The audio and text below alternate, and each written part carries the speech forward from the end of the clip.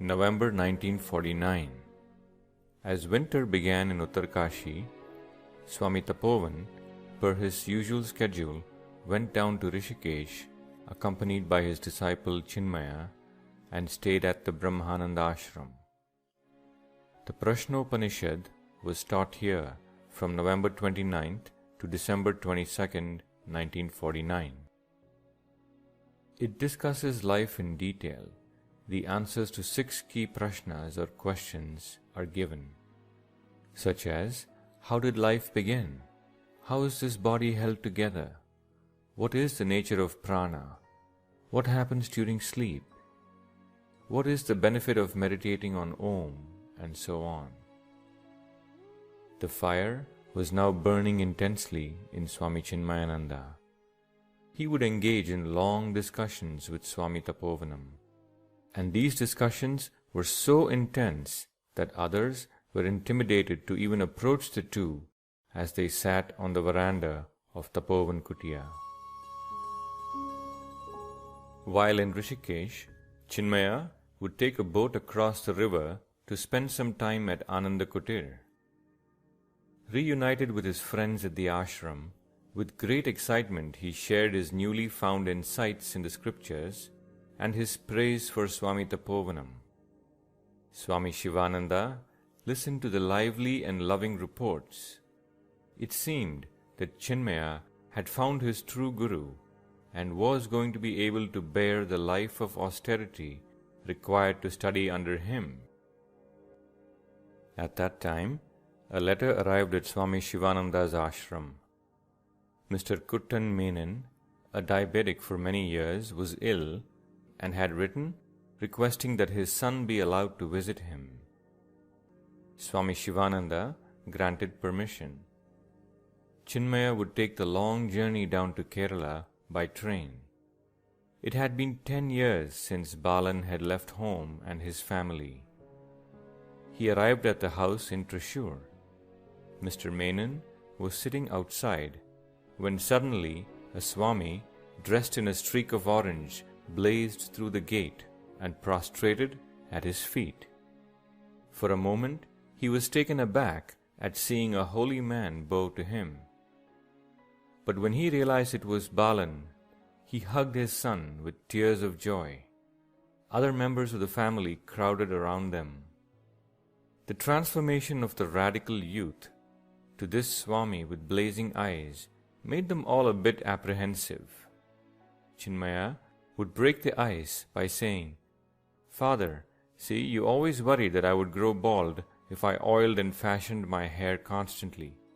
So I shaved it for that reason," and everyone had a good laugh. He would spend a week at this house, but staying only in the veranda, following the sannyasa dharma scrupulously. He visited local temples and met with various spiritual teachers in the area.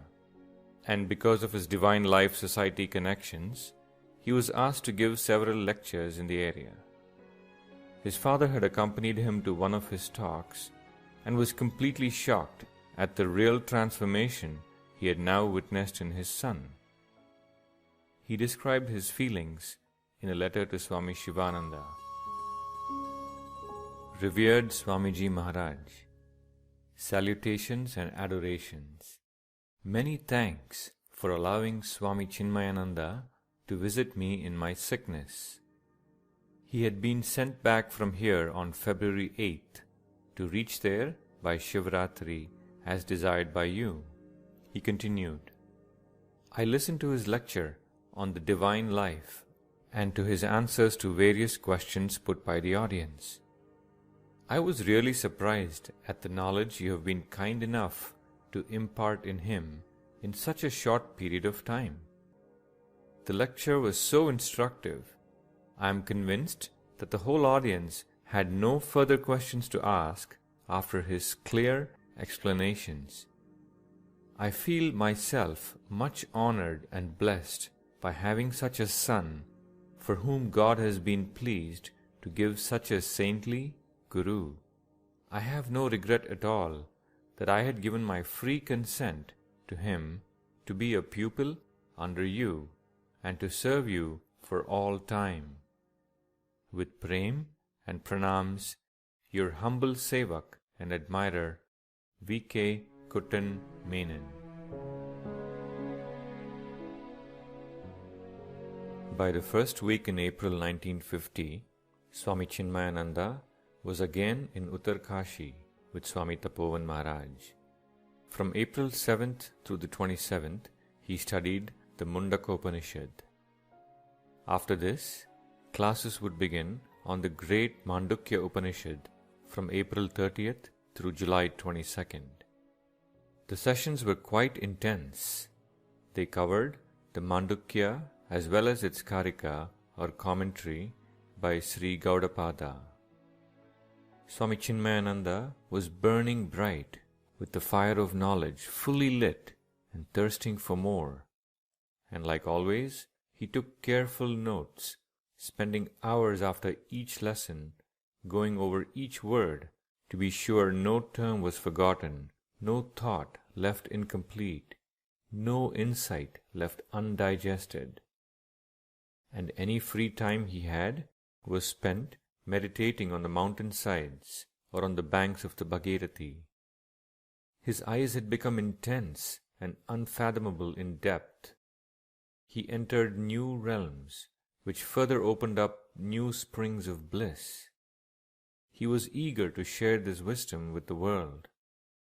And that September in 1950, when he reached his old quarters at Anandakutir, Swami Shivananda's disciples found a totally transformed Chinmaya. "This world is unreal. It never came into existence," he would rave on for hours, like a man possessed. He didn't even think of food, not even his beloved tea.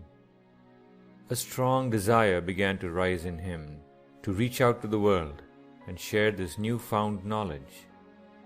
In October, he returned to Uttarkashi and wrote to his cousin Bhaskara Menon on the 26th. "When the audience is ready, the Lord can speak through this mouthpiece."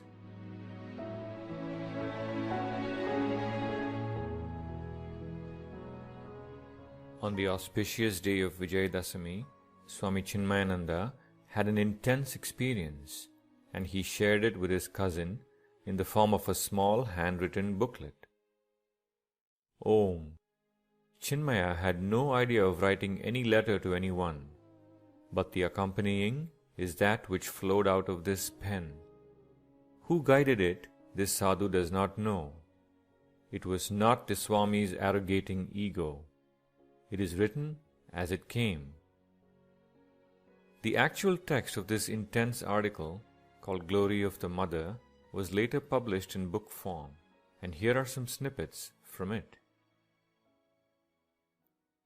It is 1 a.m. now. That means it is the 20th, the Dashara, the Vijayadasami day, the day for Vidyarambha. Mother Knowledge, help me, save me, guide me, enlighten me. Thou art my mother, the mother of all, for am I not the all? Why has Chinmaya not slept yet? Why is he still with his books, reading, yet not reading, brooding, yet not brooding, looking, and yet not seeing? The objectified world is not true and has no sense or significance apart from the subjective I. If I am not, the world is not. Parameshwara, Jagannatha, how long, how many more hours should I wait here for thee? Bless me, Lord, now, here, this very second, the Chinmaya Vijayadasami. Mother, help me. Shanmukha, stop this march from somewhere to nowhere. Stop. Dear Shanmukha, Priya Bhaskara, knowledge, bliss absolute, pranams on this sacred morn, the dawn of wisdom. The 9 days of Devi Puja has removed the 9 great sins of man. The 10th day ends the last of his sins, and the mortal, limited man in himself discovers that he is God. The great victory, Vijaya, the realization of what I am, and with this realization comes the knowledge that I had never been the I, Mr. So-and-so, but ever that, nothing short of the Lord Himself. There was never any darkness. I had placed my own hands in front of my eyes, and in play cried, "Oh, the darkness, the terrible darkness that envelops me!" There never was any darkness. There never was a Bhaskara or a Chinmaya. Shanmukha alone was and is, but he, in his Leela, had put himself into darkness and played the part of a drunkard, frightened of his own shadow, when there was no light to produce it.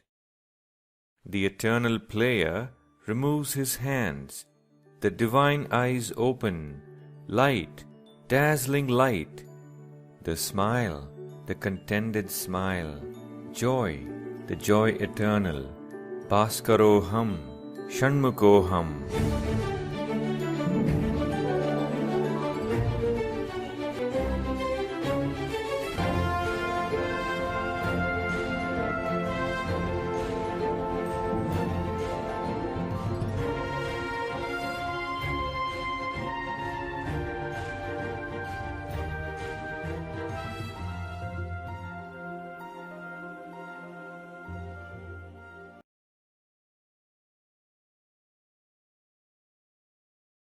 Hari Om Namaskar.